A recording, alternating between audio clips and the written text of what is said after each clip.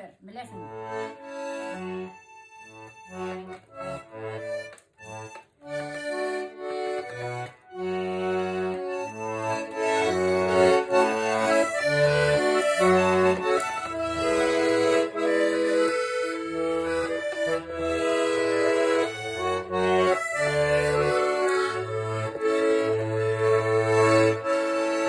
Bana ne 8. klasına bitkeni benim eteğimden şişmarağından İngilizce singlisi kildi. Потому что eteğim İngilizce ol İngilizce kildi. Ultimde opa.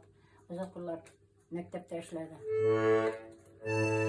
Şol Cıkladı mı? şol kildi de şu Zilfer'ini öğretti. Ben hangisi olacağını bilmeydim.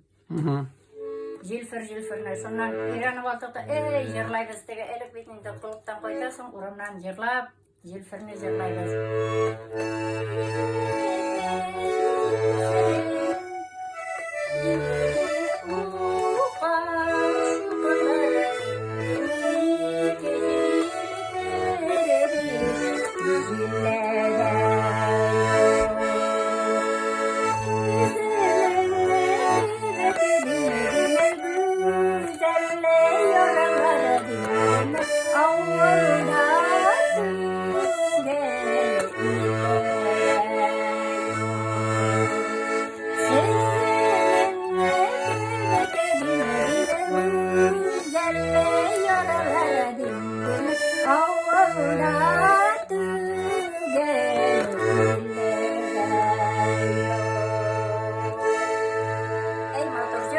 Tabii.